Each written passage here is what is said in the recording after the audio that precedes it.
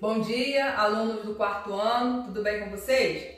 Nós estamos aqui mais uma vez, né? Hoje é dia 28 de abril de 2020 e a nossa matéria será História. É a nossa quarta aula e vai ser uma aula de correção, combinado? Lembrando que nós não estamos de férias, né? Nós precisamos manter a nossa rotina escolar. E eu espero, né, e acredito que vocês estão fazendo atividade de acordo com as aulas, combinado? Qualquer coisa, qualquer necessidade, qualquer precisão, pode mandar mensagem, pode procurar, combinado?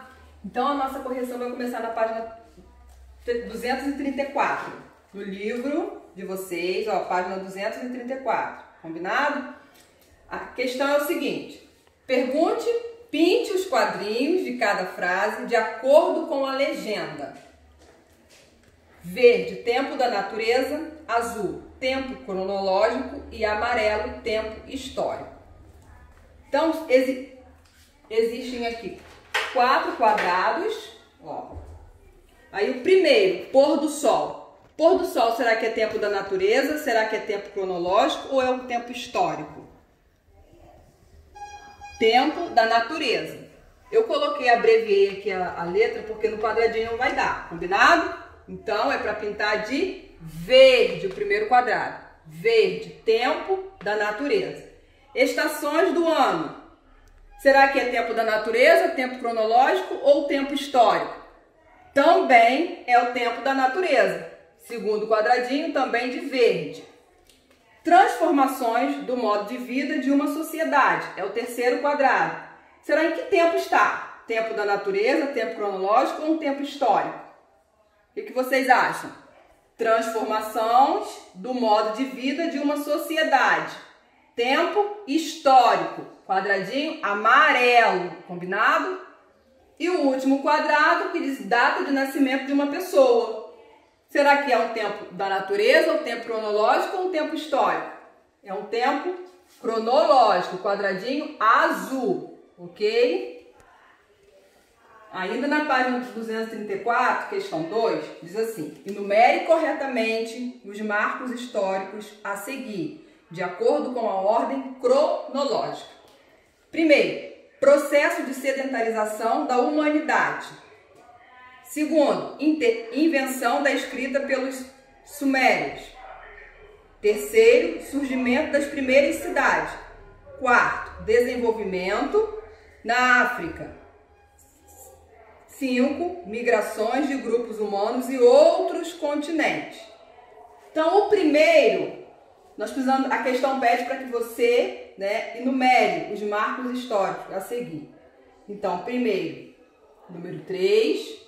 Segundo, número 5. Terceiro, número 4. Quarto, número 1. E quinto, número 2. Combinado? 3, 5, 4, 1, 2. Fica nessa ordem. Questão 3. Questão 3. Agora, reflita sobre a importância do processo de centralização para a formação das primeiras aldeias e cidade e escreva sobre o tema no espaço abaixo. Essa resposta aqui é uma resposta sugestiva, né? Vocês podem ter feito outra.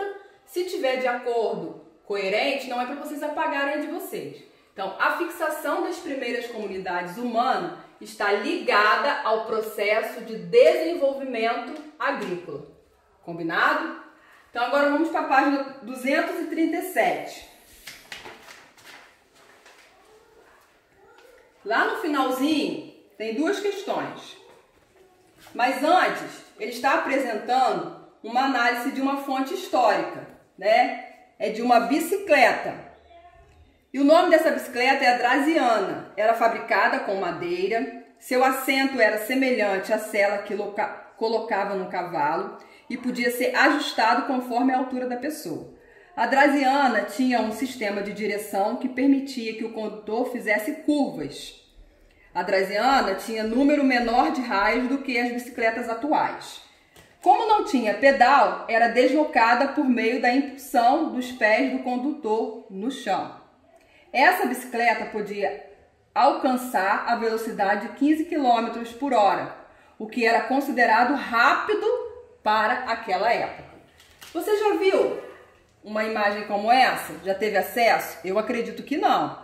Mas a questão 1 diz o seguinte: como você imagina que era andar em uma bicicleta como essa? Conte aos colegas. Essa também é uma resposta pessoal, né? Como você imagina? Mas a gente pode assim fazer, comparar a bicicleta atual com essa bicicleta antiga, né? Mas essa bicicleta, ela era daquela época, né? Ela era de uma grande valia, ok? Agora na questão 2, diz assim, ainda na página 237, compare a Draziana com as bicicletas atuais e aponte o que mudou e o que permaneceu igual, ok? Então, mudou o material do qual é feita a bicicleta, ela passou a ter pedais, o modelo de banco foi modificado, o número de raios aumentou, entre outras coisas. O formato permaneceu, semelhante com a estrutura montada sobre 2 rodas, o sistema de direção que permite fazer curvas também. Então, nessa bicicleta e a bicicleta atual, teve mudanças e também teve permanências, ok? Então, na página 238, nós temos a imagem de uma boneca. A fonte histórica a seguir é uma boneca produzida há milhares de anos por povos que viveram no Antigo Egito. Observe a imagem e relacione cada letra indicada à sua descrição correspondente. Depois, responda a questão. Então, observe essa imagem. Isso aqui é uma boneca, né? Uma maneira bem diferente da maneira atual. E eu queria, assim, aproveitar e apresentar para vocês aqui. Peguei uma boneca aqui na sala. Ela tá com um vestidinho bonitinho, porque só para mostrar para vocês a diferença hoje de uma boneca da atualidade. Essa boneca ainda já é, embora ela seja uma boneca atual, ela também, existe outras bonecas com características bastante humanas, ok? Mas essa boneca aqui, ela foi construída, né, pelo povo do Antigo Egito, né? É importante lembrar que o Egito se localiza no continente africano. E aí pede assim, aqui tem 4 quadradinhos também, 4 questões que eu vou ler com vocês. Os cabelos da boneca foram feitos de argila. Para representar o rosto, eles utilizaram algum tipo de rocha. O corpo da boneca foi feito de madeira. Sobre o corpo foram feitos desenhos em formas geométricas. Então, o primeiro, os cabelos da boneca foram feitos de argila. Os cabelos dela, né, é de argila. Muito interessante isso, ó, o cabelinho de argila. Para representar o rosto, eles utilizaram algum tipo de rocha. Olha aqui o rosto. O corpo foi feito de madeira. Sobre o corpo foram feitos desenhos em forma geométrica. É interessante que se você observar nessa boneca aqui, você não vai encontrar nela nariz. Você não encontra o nariz nem boca na boneca. No livro de vocês, observem aí com bastante atenção. Então, a primeira resposta do quadradinho é a letra A. Primeiro, os cabelos da boneca foram feitos de argila. Segundo, B.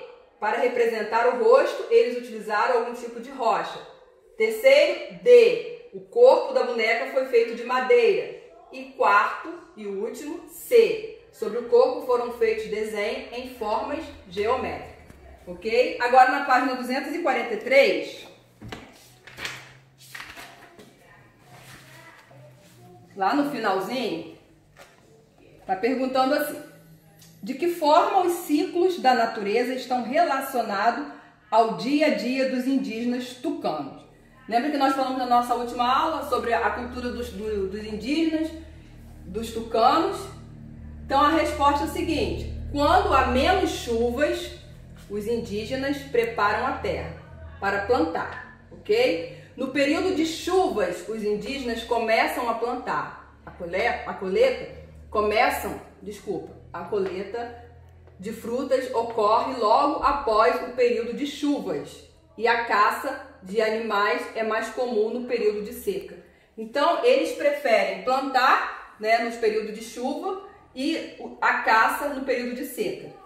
Na questão 2, ainda na página 243, diz assim: você costuma perceber a passagem do tempo observando fenômenos naturais? Em caso afirmativo, de que maneira? Essa também é uma resposta pessoal, mas eu coloquei aqui um exemplo que pra gente assim é muito claro, é quando o período da noite se aproxima devido ao pôr do sol, né? Essa é um exemplo, mas essa questão aqui ela é pessoal, combinado? Agora na página 244. Questão 3. Em que período os uares começam a plantar milho? É uma cultura diferente dos tucanos. Os uares iniciam o plantio de milho por volta de outubro, quando começa o período de chuva, contrário dos tucanos, certo? Quarta questão. Quantas vezes por ano os uares plantam milho? Os uares plantam milho uma vez por ano, uma única vez. Questão 5. Sublinhe uma passagem do texto que exemplifique a afirmação a seguir. Os indígenas uares observam os fenômenos da natureza para se orientar no tempo. Essa resposta ela está no texto. Olha aqui. Vocês conseguem observar? Na época do plantio, por volta de outubro, quando as chuvas começam a cair na Amazônia. Então, essa aqui é a resposta da questão 5, ok? Agora, na página 245, como vimos, podemos perceber a passagem do tempo de diferentes maneiras e associe cada ilustração a seguir à sua descrição correta. A. Que frio! Sim, o inverno está chegando. B. Está ficando tarde, preciso ir para casa. C. Faltam 2 semanas para o meu aniversário. D. Já são 7 horas, preciso me apresentar para não chegar atrasado. Então, a primeira questão. Podemos perceber os períodos do dia ao observar a posição do Sol no céu. O calendário nos ajuda a organizar os dias e meses do ano. Podemos perceber a passagem do tempo por meio das estações do ano. O relógio nos ajuda a organizar as horas de um dia. Então é importante você fazer a associação de cada ilustração com as informações abaixo, ok? Então a primeira, podemos perceber os períodos do dia, observar a posição do Sol no céu, é a ilustração B. Está ficando tarde, preciso ir para casa. O calendário nos ajuda a organizar os dias e os meses do ano, é a ilustração C. Ela está entendendo que faltam 2 semanas para o aniversário. Podemos perceber a passagem do tempo por meio das estações do ano, é a ilustração A. Que frio! Sim, o inverno está chegando. Ela está identificando aqui que está chegando uma estação. A última. O relógio nos ajuda a organizar as horas em um dia. É a ilustração D. Já são 7 horas, preciso me apressar para não chegar atrasado. Ok? Então essa é a nossa aula, nossa correção de hoje. Deus abençoe vocês.